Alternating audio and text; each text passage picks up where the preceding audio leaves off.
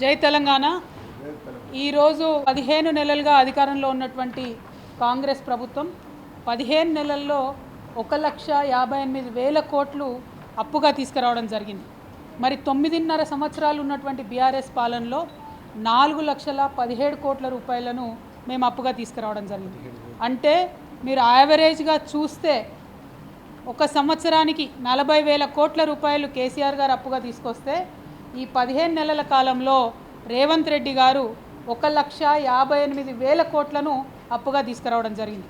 మరి మేము BRS party నుంచి వారు నిలదీసినాం, మీరు ఎంతసేపు బీఆర్ఎస్ పార్టీ 7.5 లక్షల కోట్లు అప్పు చేసిందని చెప్పి తప్పుడు వాదనలు వినిపిస్తున్నారు, కానీ ఈ సంవత్సరం మీరు తెచ్చిన అప్పే ఇంత ఉంది అని మేము ఎప్పుడైతే ప్రెస్ మీట్ పెట్టి చెప్పినామో అప్పుడు ఒత్తిడికి తలొగ్గి ముఖ్యమంత్రి గారు on the floor of the assembly 1,58,000 కోట్లు అప్పు చేసినామని చెప్పి ఒప్పుకోవడం జరిగింది.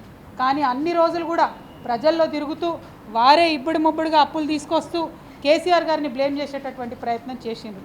ఇవాళ అదంతా ఫార్స్ అని తెలిసిపోయింది.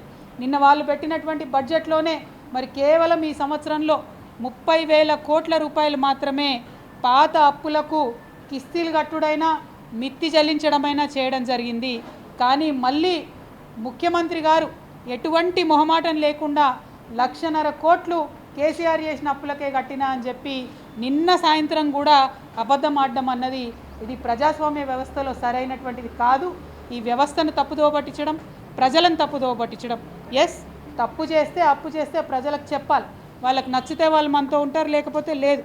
పోనీ మీరు అప్పు చేస్తే 1,58,000 కోట్లు ఎక్కడ పోయింది, ఏం చేసింది అనేటటువంటి ఎక్స్ప్లెనేషన్ అన్న ఇవ్వాలి. ఇవాళ బీఆర్ఎస్ పార్టీ 4,17,000 కోట్ల రూపాయలు మేము తీసుకొచ్చిన అప్పుకి అనా పైసాతో సహా అంతా కూడా ఎట్లా యూటిలైజేషన్ అయిందో మేము పదే పదే చెప్పినాం, మళ్ళీ కూడా చెప్తాం. కానీ ఆ ధైర్యం ప్రభుత్వానికి ఉందా అని చెప్పి నేను సవాల్ చేస్తూ ఉన్నాను. మీరు తీసుకొచ్చినటువంటి అప్పుల మీద ఖచ్చితంగా మీరు వైట్ పేపర్ ఇవ్వాలని చెప్పి నేను డిమాండ్ చేస్తూ ఉన్నాను. కేవలం బట్టగాల్సి మీదేసినట్టు ప్రజల దగ్గరకు పోయి ఎటుబడితట్టు 1,50,000 కోట్లు కేసీఆర్ తీసుకొచ్చిన అప్పులు కట్టినా అని చెప్తే మేము వింటూ ఊరుకోము, మిమ్మల్ని నిలదీస్తాం. మీరు బడ్జెట్ సాక్షిగా ఇవాళ సభలో మీరు తప్పు చెప్తున్నారని మేము నిరూపిస్తాం. మీకు ధైర్యం ఉంటే మీరు నిజాయితీగా చెప్తున్నట్టయితే మీరు ఖచ్చితంగా వైట్ పేపర్ పెట్టాలని చెప్పి ప్రభుత్వాన్ని నేను డిమాండ్ చేస్తూ ఉన్నాను. Thank you. జై తెలంగాణ.